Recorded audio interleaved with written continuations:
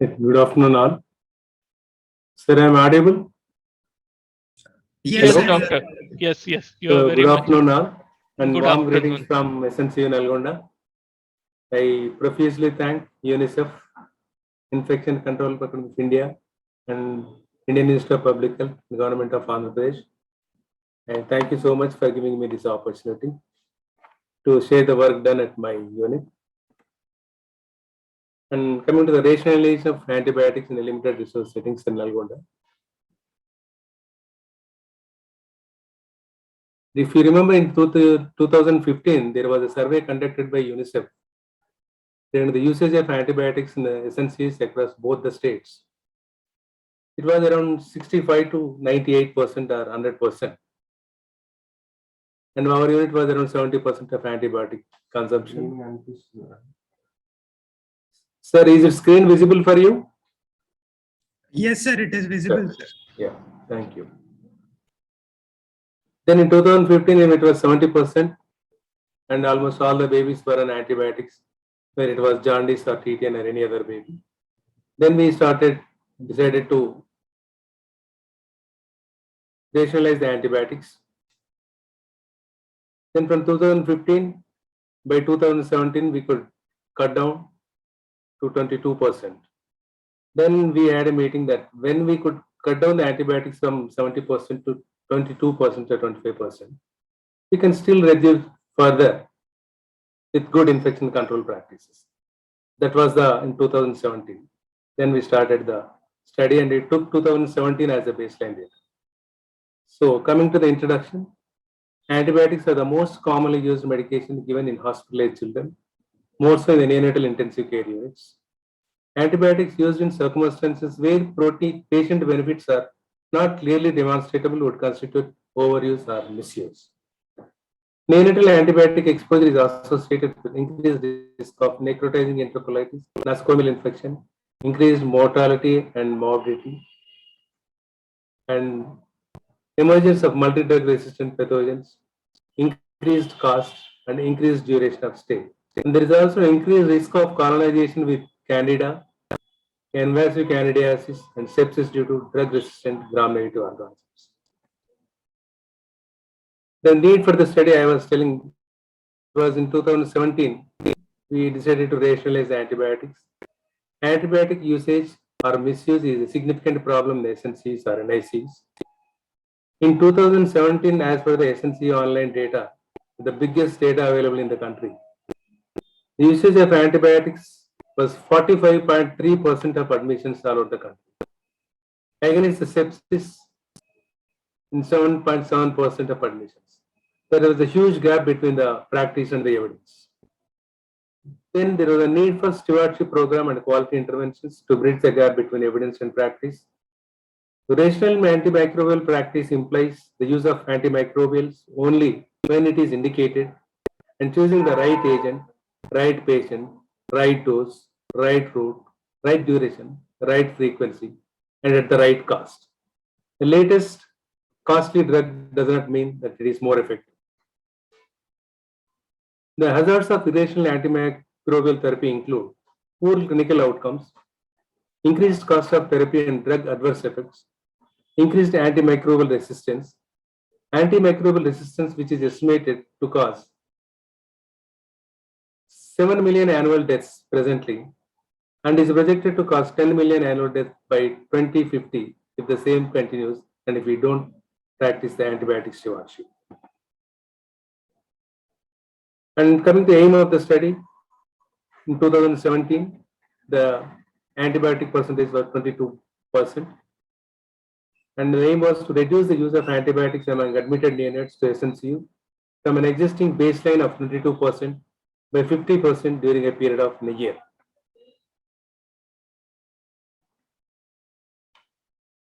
And all the neonates admitted to the SNCU are eligible infants.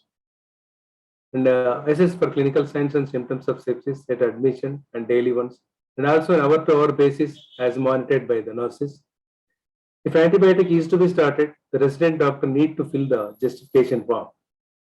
For escalating antibiotic, the consultant need to consent. And sepsis rate to be sent before starting any antibiotic, like total counts, absolute neutrophil count, C-reactive protein, and chest X-ray if a newborn had respiratory distress. And our limited resource setting, there was no culture facility. And only the clinical sepsis and sepsis screen was the only mode of justified to start the antibiotic or not. Data collected prospectively from September 2018 and retrospectively from 2017. The parameters were recency admissions, diagnosis of sepsis, antibiotic usage, duration of stay, cost of antibiotic consumption, and neonatal outcomes. This is the justification form. In 2017, the month of July, and we were looking at the antibiotic percentage in the unit, and we were happy, but we wanted to still cut down the antibiotics. And we discussed with the colleagues. I had a wonderful team of pediatricians.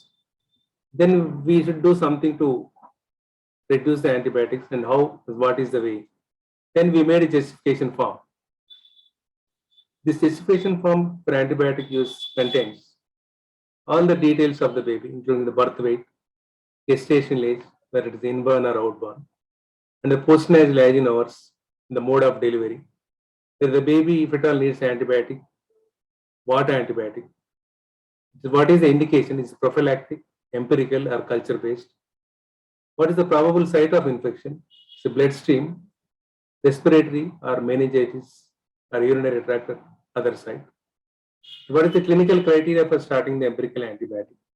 Is it early onset sepsis that is less than 72 hours, or for late onset sepsis? And what are the investigations done? We don't have the blood culture. It was the sepsis screen, chest X-ray, and CSF. And what was the final diagnosis? What was the name of antibiotic prescribed? Dose of the antibiotic, the duration of the antibiotic.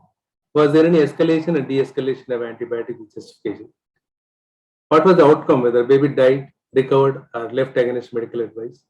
If died, was death attributable to the sepsis or not? If not, what was the cause of death? Each essentially should have an antibiotic policy according to the culture sensitivity pattern. We at our unit, as baseline antibiotic is aminoglycoside, and the next we go for piperacillin tazobactam, and rarely we go for higher like meropenem, we never use it. We choose amikacin because it is the least resistant, develop resistance very less. And cephalosporin should be reserved for meningitis only. As all of us know that it induces production of resistance of like extended spectrum beta lactamases, cephalosporinases, and fungal colonization. The complaints and adherence to justification form. Introducing justification form is easy, but the compliance is very difficult. And we have conducted workshops and CMEs for all our nurses and doctors in the unit. What exactly an antibiotic stewardship is, how to practice, and why we should practice antibiotic stewardship, and what are the infection control practices, how to put in place, and how to use this justification form. The daily rounds, the form is evaluated by the consultant. And if a baby needs a antibiotic, the consultant should fill the consultant or the resident in the next morning, and compliance of 100% justification form is always ensured. Coming to sample size and statistics, there was no appropriate sample size estimation was done for this study, but category variables like chi-square and student test was applied.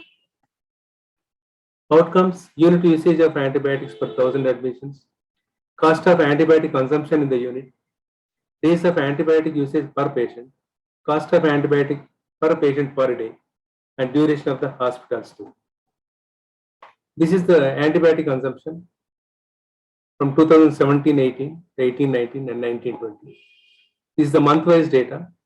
But in 2017, antibiotics were used in 226 babies, which was 22.2% of 1,017 babies admitted to the unit. In 2018-19, there was 1,154 admissions, and 57 babies were given antibiotics. That was 4.9%. That's 4.9% against 22 in 2017-18, which is the baseline year. In 2019, there were 1,600 admissions, and 33 babies were kept on antibiotics. That was 2.1%. This is the antibiotic usage by duration from September 2017 to August 2020. The antibiotics used in 2017-18 for more than 14 days were than 10 babies, that was 4.4%. 18-19, this nil. We didn't use more than 14 days for any baby. For 7 to 10 days in 2017, it was 20.4%. In 2018-19, it was 14%. In 2019-20, it was 18%. In 5 days of antibiotics, 2017 was 34%. In 18-19, it was 35%. And 19-20, it was 21%. The most commonly used antibiotic for 5 days. For 3 days, it was 6.2% in 17-18, 5.3 in 18-19, and 3% in 19-20. Coming to the day one antibiotics, was only for 1 day. It was 2017-18, it was 6.6%. 18-19, it was 22.8%. 19-20, it was 27.3%. These 1 day antibiotics are because of 2 reasons.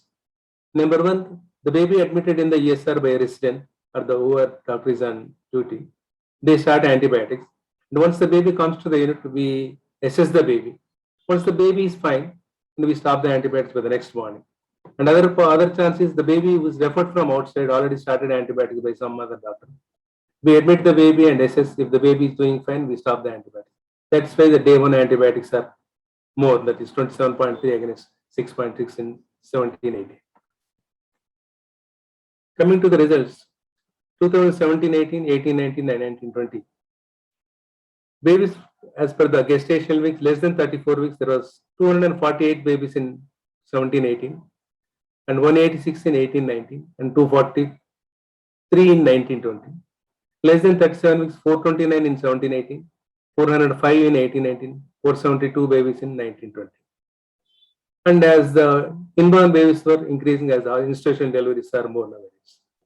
And sepsis were 2.7% in 17-18, 2% in 18-19, 0.7%. Not commenting much on sepsis because our sepsis is only based on the clinical sepsis. We don't have any culture facilities. Coming to the cost of the antibiotics. In 2017 and 18, it was $5,020 for the expenditure of cost of antibiotics. In 2018-19, came down to $708. In 2019 and 20, it was $521. Actually, it was in rupees, and recently I had presented an international paper, that's why it was kept in dollars. Cost per patient who received antibiotic was $22 in 17-18, and $13 in 18-19, and $18 in 2019 and 20. Cost per day of therapy was $4.2, 3.6, and 3.7 respectively. And duration of the hospital stay was 9.1 days in 17-18, 8.4 days in 2018 and 19, 5.8 days in 19 and 20. The survival among admissions, 79.5% in 2017-18, 87.7% in 2018-19, and 90% in 19-20. Now it is 19.1%. Coming up transfers for 10%, 17-18, 8% and 7.8%, 19-20. And the newborns and antibiotics, it was 226 babies in 17-18 out of 1,017 babies admissions. And 18-19, it was 57 out of 1,154. And in 2019-20, 33 babies out of 1,620. It is 2.1%, not 1.9. Total patient days was 9,255 in 2017-18, 9,694 in 18-19, and 9,402 in 2019-20. Total antibiotic days was 1,179 in 17-18, 196 days from 1179 to 196 days in 18-19, and 158 days in 2019 and 20. And ratio of antibiotics to patient days was 0.12 in 17-18, 0.02 in 18-19, and 0.01 in 2019 and 20. This is the bar chart representation, 17-18 and 18-19. Like day one is 6.6%. Here it is 22.8%. And as I was telling, it was more than 14 days. It was 10 babies.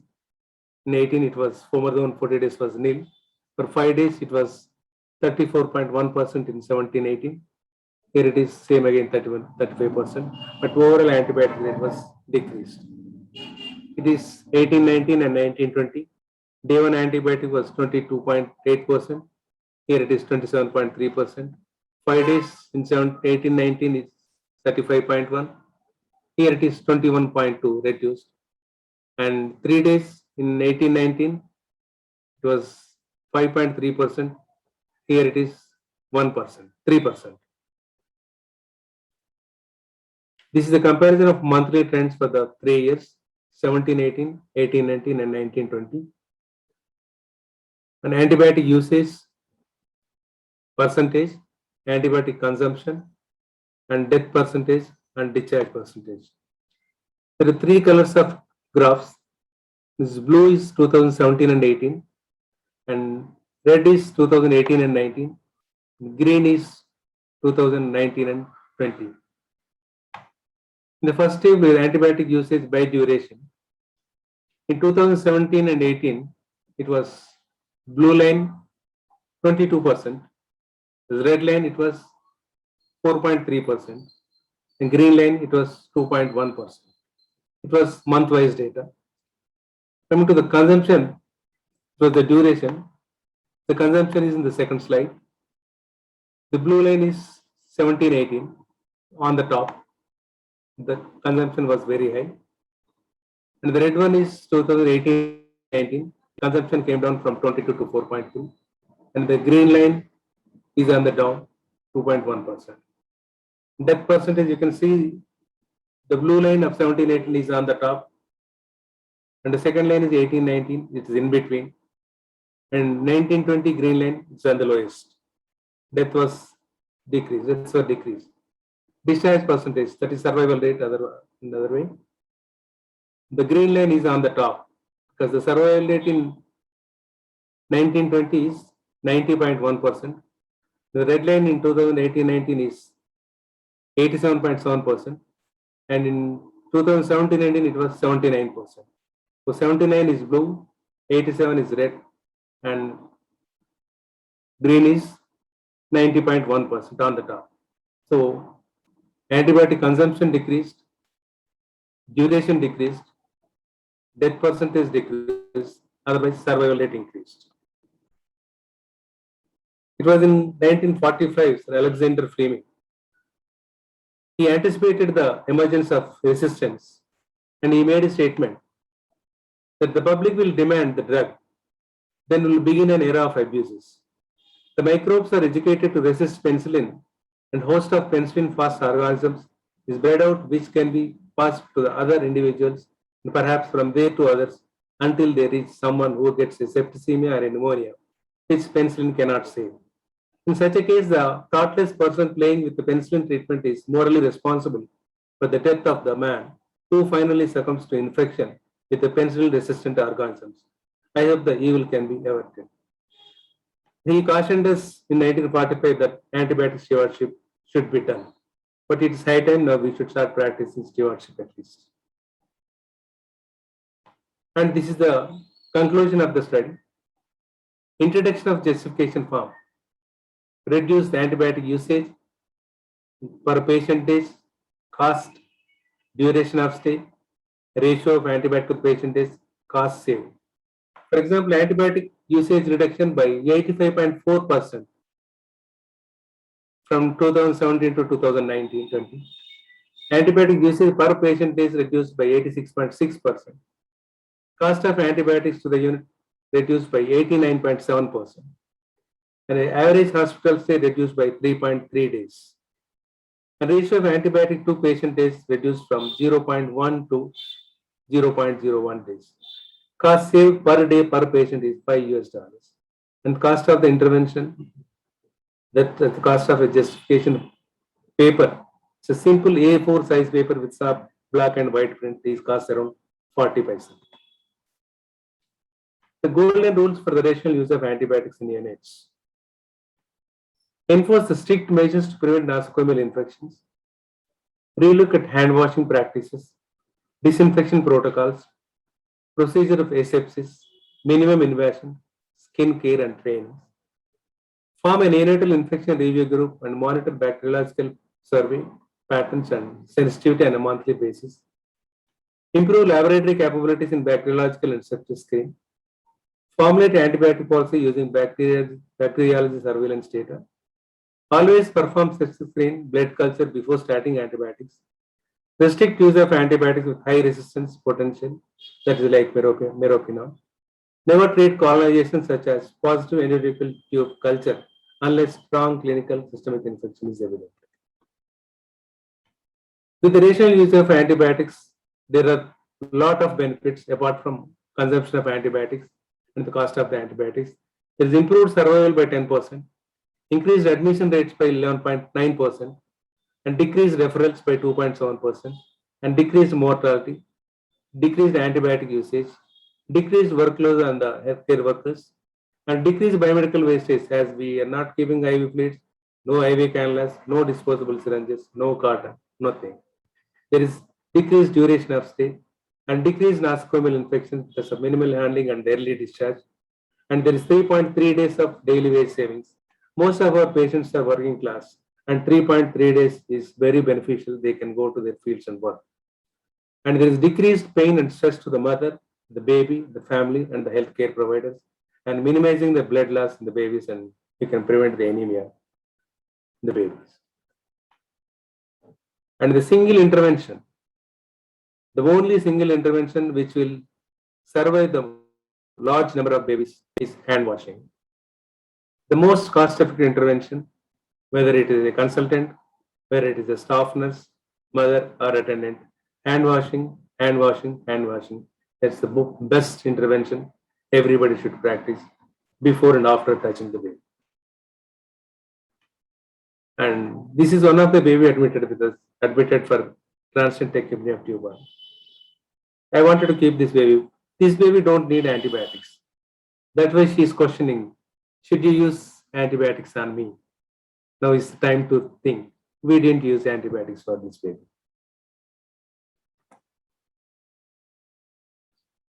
With the help of justification form, with the help of all the team, we could cut down the antibiotics from 22% to 4.3 and 2.1% now. Simply because we never used prophylactic antibiotics. No role of prophylactic antibiotics in neonatal unit most of the times. And we have never given importance to C-reactive protein.